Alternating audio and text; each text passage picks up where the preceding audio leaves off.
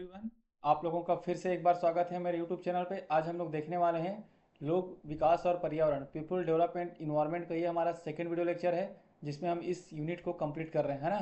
चाहे UGC net exam की बात करें कि सीजी सेट एग्जाम की बात करते हैं हम, तो इस वीडियो लेक्चर इस यूनिट से इस वीडियो लेक्चर सीरीज से हम जो अपना यूनिट नंबर 9 है उसको हम कंप्लीट कर रहे हैं एक एक करके। तो आज हमारा क्या है, सेकंड वीडियो लेक्चर है, दूसरा वीडियो लेक्चर है, ठीक है। इस वीडियो लेक्चर में हम क्या देखने वाले हैं, इस वीडियो लेक्चर में हम खाद्य श्रृंखला, फूड चेन के बारे में देखेंगे, इकोलॉजिकल पिरामिड्स के बारे में देखेंगे, जो काफ़ी इंपॉर्टेंट हो जाता है, क्वेश्चन आपसे डायरेक्टली पूछा जा सकता है इससे भी।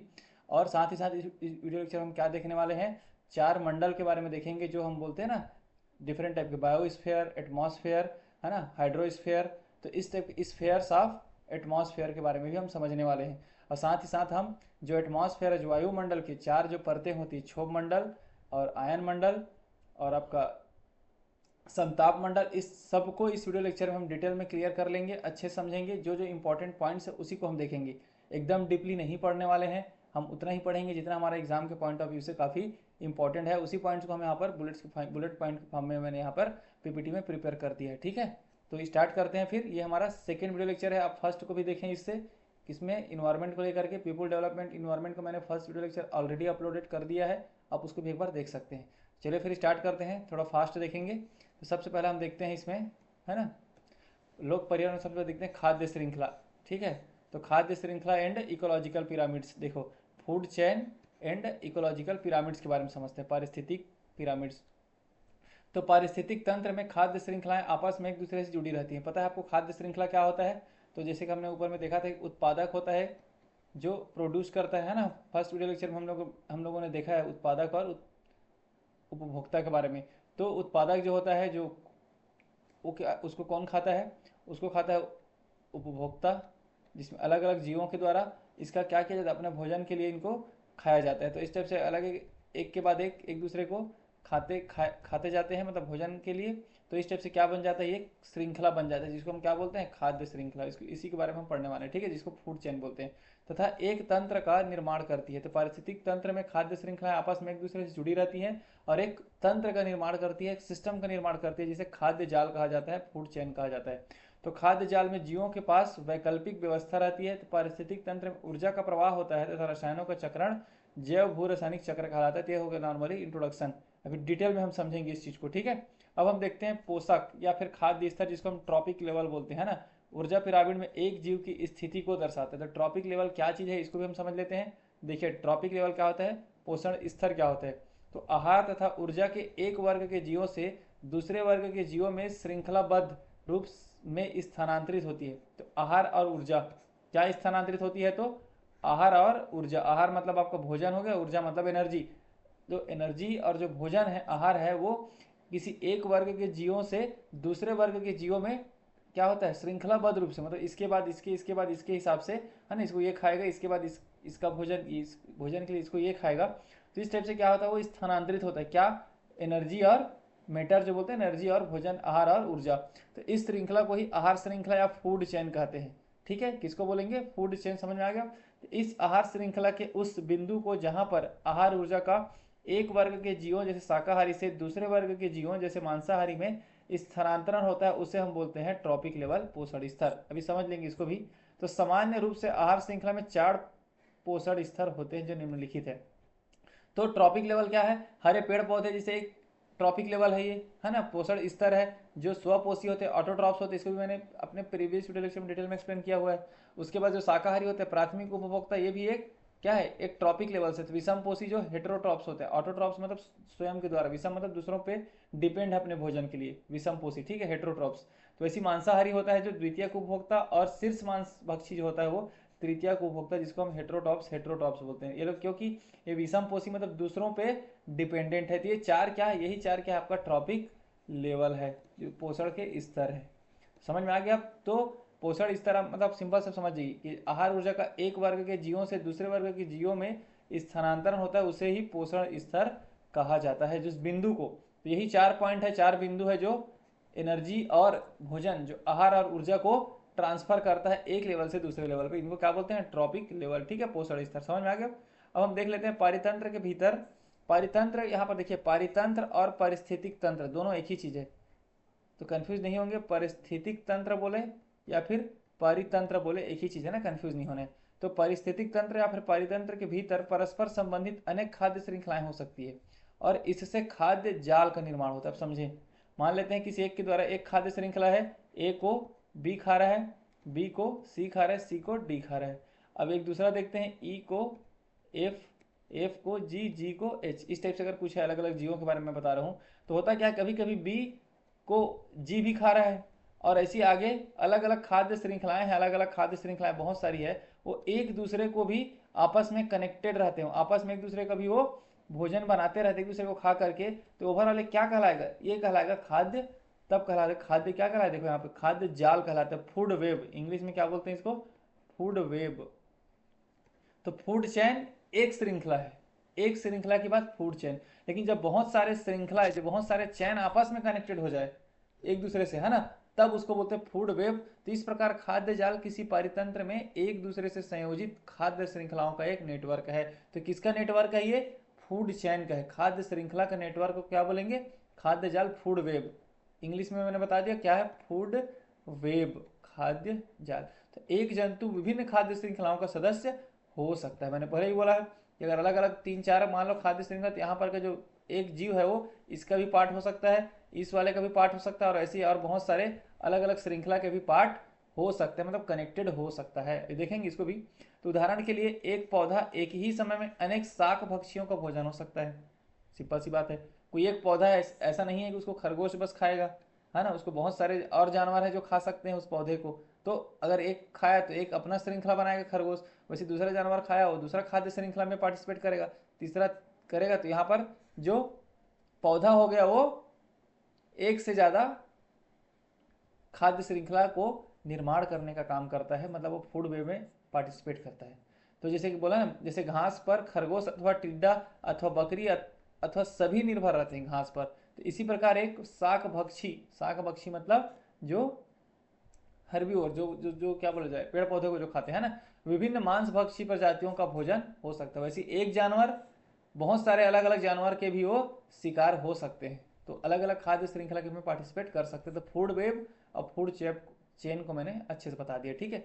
अब हम देखते हैं रेमंड लिंडमैन जो था, इनके द्वारा वर्ष 1942 में 1942 में 10% का नियम दिया है। 10% का नियम क्या है, तो 10% का नियम है जिसके अनुसार हर स्तर पर ऊर्जा का क्षय होता है, हर ट्रॉपिक लेवल पर, हर पोषण स्तर पर ऊर्जा का जो कमी होते जाता है ना, उसके बारे में बताया है इन्होंने 10% का नियम। तो 10% के नियम का अर्थ है कि एक पारिस्थितिक तंत्र में जब ऊर्जा खाद्य स्तर से अगले स्तर तक पहुंचती है, तो अगले स्तर तक ऊर्जा का केवल 10% ही भाग पहुंचता है। क्लियर। तो एक हमने देखा ऊपर में 4 ट्रॉपिक लेवल देखा हम लोगों ने, ऑटोट्रोप्स, हेटेरोट्रोप्स में प्राथमिक, द्वितीयक, तृतीयक। तो जब एनर्जी का ट्रांसफर होता है ना दूसरे में, तो सिर्फ 10% एनर्जी ही पहुंचता है, मतलब 90% एनर्जी इन्वायरमेंट में चला जाता है, पर्यावरण में चला जाता है, एनर्जी लॉस हो जाता है। तो ऐसी 10 का 10, अगर आप फिर देखो 100% पहले एक उत्पादनकर्ता जो है वो, जो पेड़ पौधे 100% एनर्जी जनरेट किए, वो अगले में कितना पहुंचेगा, ओनली 10%। इस 10 का फिर अगले में पहुंचेगा तो 0.1%, इसका फिर गए तो 0.01%। इस टाइप से एनर्जी का ट्रांसफर होता है, इसी को बोलते हैं 10% का नियम। मतलब 10% का नियम किससे संबंधित है, तो ऊर्जा से संबंधित है। इस टाइप के क्वेश्चन याद रखेंगे। किनके द्वारा दिया गया था, तो रेमंड लिंडमैन के द्वारा दिया गया था 1942 में, ठीक है। स्पीड में चलते हैं।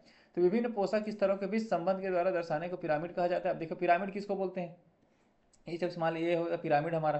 तो पिरामिड में क्या दिखाया जाता है कि स्टार्टिंग में किनके द्वारा पेड़ पौधे हैं, पेड़ पौधे को कौन खाया जा रहा है, उसके द्वारा ऊपर में कौन खाया जा रहा है। तो इस टाइप से विभिन्न पोषण स्तर को दिखाने के लिए हम इसको डिनोट करते हैं, उसी को क्या बोलते हैं, दर्शाने को ही पिरामिड कहा जाता है। तो विभिन्न पोषण स्तरों को, खाद्य श्रृंखला को, खाद्य जाल को दर्शाने के लिए जिसका यूज करते हैं हम उसको बोलते हैं पिरामिड। और पिरामिड को फॉर्म में हम यूज करते हैं, उसी को देखने वाले हैं। अब पिरामिड की अवधारणा किसके द्वारा दिया गया था, चार्ल्स एल्टन के द्वारा दिया गया था। ये भी हमारे लिए इंपॉर्टेंट हो जाता है, कौन है, चार्ल्स एल्टन के द्वारा पिरामिड का कॉन्सेप्ट दिया गया है, ठीक है। इसको देख लेते हैं अभी।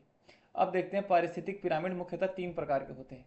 तो जो पिरामिड्स हम जो पढ़ते हैं ना, इकोसिस्टम, इकोलॉजी में पिरामिड जो हम पढ़ते हैं वो मुख्यतः 3 प्रकार से पढ़ते हैं। सबसे पहला जीव पिरामिड, पिरामिड्स ऑफ नंबर्स, वैसे पिरामिड्स ऑफ बायोमास पिरामिड, और पिरामिड्स ऑफ एनर्जी, एनर्जी के रिलेटेड, बायोमास के रिलेटेड, और एक नंबर्स के बेस पे। 3 होता है, ठीक है। तो सबसे पहला देखते हैं जीव संख्या का पिरामिड, पिरामिड ऑफ नंबर्स। ये मुख्यतः 2 प्रकार के होते हैं। सबसे पहला सीधा जो अपराइट इकोलॉजिकल पिरामिड, और दूसरा होता है इन्वर्टेड इकोलॉजिकल पिरामिड उल्टा। तो इसको भी समझना है, एग्जाम्पल को देखिए आप, क्योंकि एग्जाम्पल से आपसे क्वेश्चन पूछा जाएगा। अब ये पिरामिड किसके बेस पे डिसाइड किया गया है, तो नंबर्स। और नंबर्स किसके, जीवों की संख्या, कितने जीव पार्टिसिपेट करते हैं हर एक स्टेज में, उसके बेस पे इसको डिसाइड किया गया है। तो सबसे पहला हम देखते हैं जो जलीय एवं घासी मैदान का पारितंत्र है।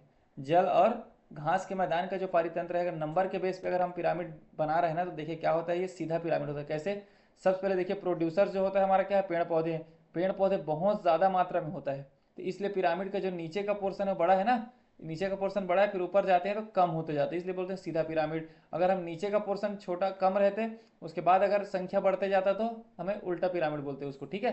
तो यहाँ पर स्टार्टिंग में क्या, प्रोड्यूसर्स, प्रोड्यूसर्स मतलब पेड़ पौधे, जो प्रकाश संश्लेषण की क्रिया के द्वारा भोजन का निर्माण करते हो, उसका क्वांटिटी क्या है, उसका नंबर बहुत ज़्यादा, इसलिए नीचे में लिया गया है। उसके बाद उसको खाने वाले खरगोश है कि हिरन है, जो भी है ना, हर्बीवोर्स है, वो थोड़ा कम है।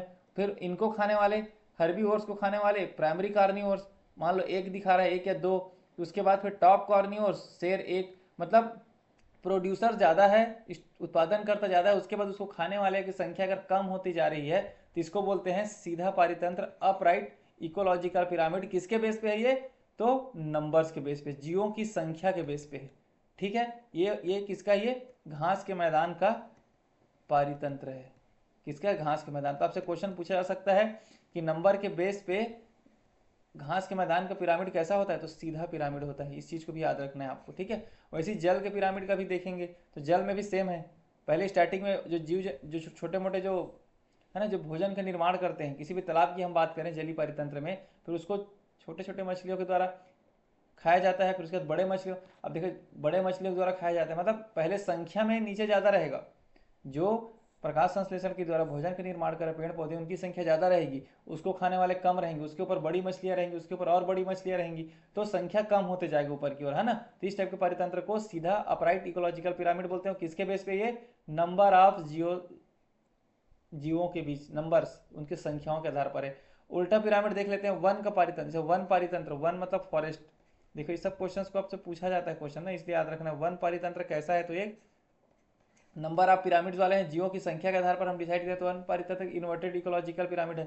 सबसे पहले देखिए एक पेड़ है यहाँ पे, इस पेड़ पे बहुत सारे हर्बीवोर्स, मतलब बहुत सारी चिड़िया आश्रय यहाँ पे लेती है।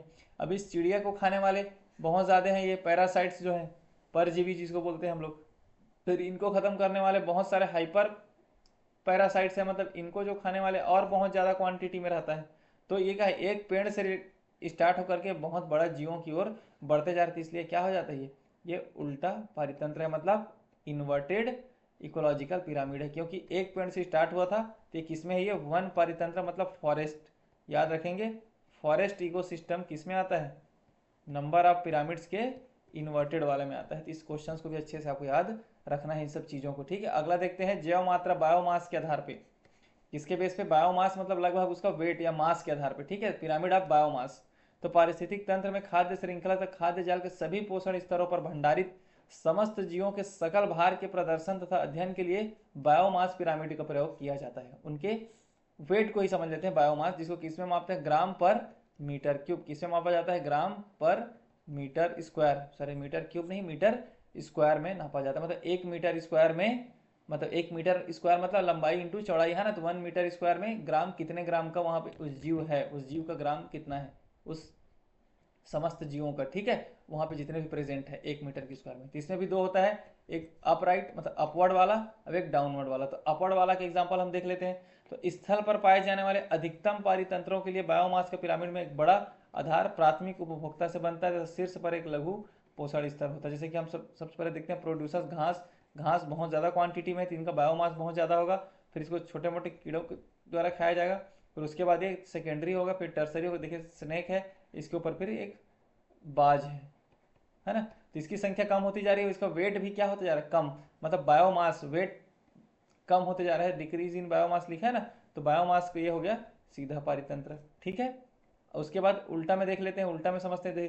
अब देखियो, अब अगर आपसे पूछा जाए बायोमास को दिखाने के लिए, बायोमास के आधार पे आपको हमें पिरामिड बताना है किसका, जल का, और ठीक है, जल या तालाब का। अब देखिए इसमें जल है, इसमें तालाब। अगर हम सीधा देखें नंबर ऑफ पिरामिड्स के बेस पे अगर हम देख रहे हैं, तो तालाब किस में आ रहा था, सीधा अपराइट इकोलॉजिकल पिरामिड में आ रहा है, चीज़ को भूलना नहीं, कन्फ्यूजन इसी में होता है कि नंबर ऑफ पिरामिड्स मतलब जीवों की संख्या का पिरामिड अगर बात करेंगे ना उसके आधार पे, तो जो जलीय पारितंत्र है, जो तालाब है, वो अपवर्ड वाले में आ रहा है, अपराइट वाले में आ रहा है, नीचे में ज़्यादा है फिर कम होते जा रहे हैं। लेकिन अगर इसी को बायोमास के आधार पे हम कर रहे हैं तो अपोजिट वाले में आ रहा है। कैसे आ रहा है देखिए, अब अपोजिट में सबसे पहले देखिए ये प्रोड्यूसर्स है। प्रोड्यूसर्स रहने के लिए संख्या में बहुत ज़्यादा है, बट इनका वेट बहुत कम है, 4 ग्राम पर मीटर क्यूब में हमें मिलता है ना, क्योंकि छोटे छोटे जीव हैं। नंबर के बेस पे अगर हम देखेंगे तो बहुत ज़्यादा है वो, लेकिन वेट के बेस पे देखेंगे उनका तो हमें 4 ग्राम ही मिलता है पर मीटर स्क्वायर। उसके बाद छोटी मछलियाँ होंगी जो उनको खाने वाली हैं, फिर बड़ी मछलियाँ इनको खाने वाली है, तो इनका साइज बड़ा होते जा रहा है ना। तो साइज जब बड़ा होगा तो बायोमास ऑटोमेटिक बड़ा हो जाता है। इसीलिए एक्वेटिक सिस्टम का जो है मतलब जलीय पारितंत्र जो है बायोमास के आधार पे मतलब उनके वेट के आधार पे, जीव मात्रा के आधार पे, जैव मात्रा लिखे ना यहाँ पे देखिए, जैव मात्रा के आधार पे वो इन्वर्टेड वाले में आ जाता है, अपोजिट वाले में आ जाता है, इन्वर्टेड बायोमास पिरामिड में आ जाता है। ठीक है, लिखे हैं यहाँ पर। क्योंकि जलीय पारितंत्र के उत्पादक सूक्ष्म पादप प्लवक होते हैं, फाइटोप्लैंक्टन होते हैं, है ना, सूक्ष्म माइक्रो फाइटोप्लैंक्टन होते हैं, जो तीव्र गति से वृद्धि करते हुए जनन करते हैं। इसमें बायोमास पिरामिड का आधार छोटा होता है और किसी भी समय उपभोक्ता का बायोमास प्राथमिक उपभोक्ता का बायोमास से अधिक। छोटी मछली बड़ी मछलियाँ खा रही है तो उनका वेट बढ़ते चला जाता है, नंबर्स कम है। इस बार बार क्लियर करूँ कन्फ्यूजन। ऊर्जा पिरामिड, ऊर्जा पिरामिड सिर्फ एक ही बनता है और डायरेक्टली वो सीधा होता है। क्यों? क्योंकि हर एक स्टेज में एनर्जी लॉस होते जाता है, 10% 10% 10% एनर्जी ही आगे पहुंचता है। तो मैं जैसे बताया कि 100 है तो इसमें कितना पहुंचेगा, इसका 10 पहुंचेगा, इसका 10 0.1, इसका 10 0.01, इसका 10 0.001। तो इस टाइप से एनर्जी हमेशा लॉस होते जाएगा, मतलब नीचे ज़्यादा होगा ऊपर कम। तो ऑलवेज ये कैसे बनेगा, सीधा पिरामिड, मतलब अपर राइट ही बनेगा, अपराइट ही बनेगा, ठीक है, अपवर्ड ही बनेगा। ठीक। एक टर्म है इकोटोन। एक पारिस्थितिक तंत्र से दूसरे पारिस्थितिक तंत्र की सीमा को पूर्ण रूप से चिन्हित नहीं किया जा सकता। जैसे आप तालाब है ना, तालाब के साथ किसी और एक तालाब है, दो तालाब कनेक्टेड है, अगर हम बोलें कि अलग अलग पारितंत्र है ये, तो हमें पता है कि कुछ कुछ चेंजेस है दोनों में, अलग अलग दिख रहा है आपको, है ना। डिफरेंट डिफरेंट टाइप के फिश को मान लो यहाँ पर प्रोडक्शन किया जा रहा है, उनको पाला जा रहा है, लेकिन कहीं ना कहीं एक ऐसा पॉइंट होगा जहाँ पे दोनों का थोड़ा मिक्सअप आपको देखने को मिल सकता है, उस एरिया में दोनों का प्रॉपर्टीज आपको देखने को मिल सकता है। तो ऐसा ही क्योंकि हम सेपरेट नहीं कर पाते हैं किसी भी पारितंत्र को, है ना, इकोसिस्टम पारिस्थितिक तंत्र को, तो इसको ऐसा पॉइंट को क्या बोलते हैं जो मिश्रण दिखाता है, वो इकोटोन कहलाता है। तो इनका परस्पर मिश्रण हो जाता है। एक झील में कई पारिस्थितिक तंत्र हो सकते हैं, देखिए लिखा ना, एक झील में कई पारिस्थितिक तंत्र हो सकते हैं, अलग अलग एरिया में। एक बहुत बड़ा झील है तो एक कोने में अलग अलग कोने में अलग अलग पारितंत्र हो सकता है, दोनों आपस में मिले हुए हो सकते हैं। तो जो मिश्रण पॉइंट है, जो मिक्सिंग पॉइंट है, उसको हम बोलते हैं इकोटोन। तो वैज्ञानिक इन मिश्रित क्षेत्रों को ही इकोटोन कहते हैं। ठीक, ये हो गया हमारा, आपको ऊर्जा पिरामिड मैंने बता दिया, फूड चेन फूड वेब मैंने बता दिया। अब हम चलते हैं हमारा नेक्स्ट टॉपिक, पृथ्वी के 4 मंडल, तो 4 स्फीयर ऑफ अर्थ। ये हमारे लिए इंपॉर्टेंट हो जाती है, इसको भी हम बहुत ही जल्दी देखेंगे, बहुत फास्ट देखेंगे। ठीक है, तो जीवन या पर्यावरण को प्रभावित करने वाले पृथ्वी के क्षेत्र को निम्नलिखित 4 भागों में विभाजित किया गया। सबसे पहले देखते हैं स्थल मंडल, लिथोस्फीयर। तो आपको पता है भूगोल या भूविज्ञान में किसी पथरीले ग्रह या प्राकृतिक उपग्रह की सबसे ऊपरी पथरीली चट्टान निर्मित परत को ही स्थल मंडल कहते हैं। जहां पर हम चल पाते हैं वो हमारा क्या स्थल मंडल है। ठीक है, जो भी उपग्रह की सबसे ऊपरी परत। उसके बाद है जल मंडल, हाइड्रोस्फीयर, जितने भी हमारे आसपास जल की उस परत से है जो पृथ्वी की सतह पर महासागर, झीलों, नदियों तथा अन्य जलाशयों के रूप में फैली हुई है। हमारे आसपास देखते हैं महासागर है, झीलें हैं, नदियां हैं तथा अन्य जलाशयों के फॉर्म में, तालाबों के फॉर्म में जो जल जो हमें मिलती है वही क्या है, हमारा जल मंडल है वो। तो पृथ्वी की सतह के कुल क्षेत्रफल का लगभग 71% क्या है, भाग जल का विस्तार है। समुद्र मतलब हम सिर्फ कितना 29% में ही है, बाकी 71% क्या है, पूरा वाटर ही वाटर। तो ये सब क्या कहलाता है, हाइड्रोस्फीयर। वैसे जीवमंडल, तो पृथ्वी की सतह से 3 मीटर के भीतर से लेकर के 30 मीटर ऊपर तक और सागर में 200 मीटर भीतर तक जीवन विद्यमान है। मतलब जहां जहां पर जीव पाया जाता है ना, वो हर एक चीज क्या कहलाता है, आपका जीवमंडल, बायोस्फीयर। क्लियर है, जीव जंतु जहां पाए जाए। वायुमंडल, तो पृथ्वी के चारों ओर सैकड़ों किलोमीटर की मोटाई में लपेटने वाले गैसीय आवरण को हम क्या बोलते हैं, वायुमंडल कहते हैं। जो हमारे आसपास गैसों का जो आवरण है वही क्या कहलाता है, एटमॉस्फेयर, वायुमंडल। ठीक है, जिसको हम लोग अलग अलग पार्ट्स में डिवाइड करें, क्षोभ मंडल, समताप मंडल, मध्य मंडल, आयन मंडल, ताप मंडल एंड बाह्य मंडल। इसी को एक एक करके हम देखेंगे, फिर आज का हमारा वीडियो लेक्चर कंपाइल हो जाएगा। ठीक, ये थोड़ा रफली एक आइडिया मैंने बता दिया। टेम्परेचर देखें, रेड लाइन टेम्परेचर है, सबसे देखें यहाँ पर टेम्परेचर दिखा रहा है आपको, पहले कम होते आता है फिर हल्का बढ़ता है, फिर टेम्परेचर बढ़ती है। इसको आप अच्छे से स्टडी कर लें। ये आपको ये लाइन क्या दिखा रहा है, ये लाइन आपको दिखा रहा है किलोमीटर्स।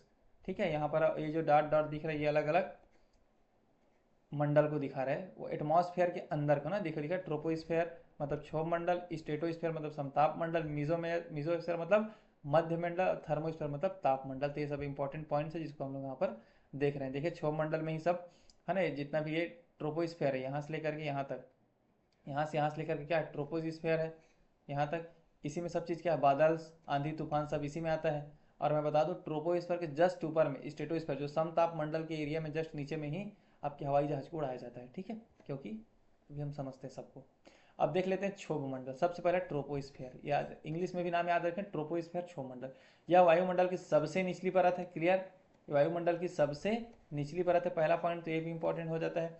इसकी औसत ऊंचाई ध्रुवों पर 8 किलोमीटर तथा भूमध्य रेखा पर लगभग 18 किलोमीटर, तो हमारे साइड लगभग 12 से 15 किलोमीटर का जो पृथ्वी से ऊंचाई जो है ना 12 से 15 किलोमीटर के एरिया को ही हम क्या बोलते हैं, इस एरिया को ही क्षोभ मंडल बोला जाता है, स्ट्रेटोस्फीयर बोला जाता है, ठीक है। इसी मंडल में आपको क्या देखने को मिलती है, वायुमंडलीय घटनाएं जैसे बादल, आंधी तूफान, वर्षा इसी मंडल में होती है, ठीक है। तो इस चीज़ को क्वेश्चन पूछा जा सकता है कि वायुमंडल में आंधी तूफान, वर्षा या बारिश किस मंडल में पाया जाता है, तो ये सब क्षोभ मंडल में ही पाया जाता है, ठीक है, 15 किलोमीटर के अंदर। तो क्षोभ मंडल में तापमान की गिरावट भी होती है, जैसे जैसे ऊपर जाते हैं हम तापमान हमारे कितना 6.4 डिग्री सेल्सियस प्रति किलोमीटर की दर से प्रति 1 डिग्री सेल्सियस प्रति इतना किलोमीटर के हिसाब से क्या होता है डिक्रीज होते जाता है। प्रति किलोमीटर कितना होता है 6.4 डिग्री सेल्सियस, इसलिए इसको हम क्या बोलते हैं, स्टैंडर्ड टेम्परेचर लैप्स रेट बोलते हैं, सामान्य ताप पतन दर बोलते हैं, ठीक है। तो हम जैसे ऊपर जाते हैं इन्वायरमेंट में, जैसे ऊपर जाएंगे हम अपने, तो क्या होता है टेम्परेचर कम होते जाते हैं, रीजन यही है, ठीक है। तो इस मंडल को संवहन मंडल भी कहते हैं, ठीक है।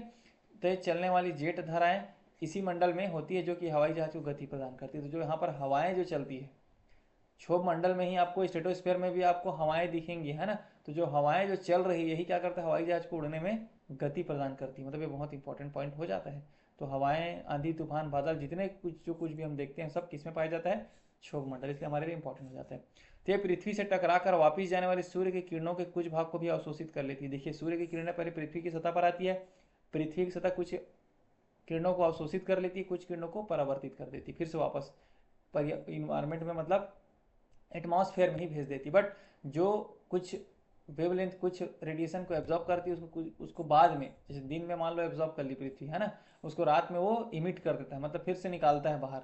तो कुछ जो रेडिएशन है उसको क्या करता है ये क्षोभ मंडल अपने पास अब्जॉर्ब कर लेता है। उसमें जो धूल के कण हैं अलग अलग बहुत सारे हैं ना, अलग अलग आपको पॉल्यूटेंट्स देखने को मिलता है। पॉल्यूटेंट मतलब प्रदूषण जो करता है वो सब जो पार्टिकल्स हैं इनके द्वारा उस रेडिएशन को एब्जॉर्ब कर लिया जाता है। अब वो एब्जॉर्ब कर लिया मतलब एब्जॉर्ब कर लिया रेडिएशन को, अवशोषण कर लिया, तो क्या करेगा जो हमारे आसपास के एटमॉस्फेयर का टेम्परेचर हाई हो जाता है। और टेम्परेचर का हाई होना ही क्या, यही है ग्रीन हाउस इफेक्ट। इसको हम डिटेल में ग्रीन हाउस इफेक्ट को अलग से और पढ़ेंगे तब और अच्छे से क्लियर हो जाएगा। अभी तो नॉर्मल यही है कि जो सूर्य से जो टेम्परेचर आता है, जो ताप आता है, उसको पृथ्वी पे कुछ एब्जॉर्ब हो जाता है, एब्जॉर्ब होने कुछ को एटमॉस्फेयर रिलीज पृथ्वी से जाने के बाद फिर से निकलने के बाद एटमॉस्फेयर उसको एब्जॉर्ब कर लेता है क्षोभ मंडल में। एब्जॉर्ब होने के बाद टेम्परेचर हमारा इन्वायरमेंट का, पर्यावरण का थोड़ा बढ़ जाए, यही प्रॉब्लम आ रहा है ना, बढ़ जाता है। और जब बढ़ेगा यही क्या हमारा ग्रीन हाउस इफेक्ट है।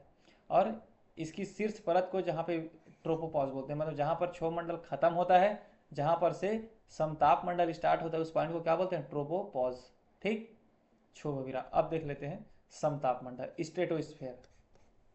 ये क्षोभ मंडल की ऊपरी परत से प्रारंभ होकर पृथ्वी की सतह से लगभग 50 किलोमीटर, तो ये पृथ्वी है हमारा, तो पृथ्वी से कहाँ तक 50 किलोमीटर है। जो यहाँ से 18 से 15 से 18 क्या था, 12 से 15 क्या था, यहाँ से यहाँ तक क्षोभ मंडल था। तो इसके ऊपर वाला पोर्शन समताप मंडल। समताप मंडल की मोटाई ध्रुवों पर सबसे अधिक होती है।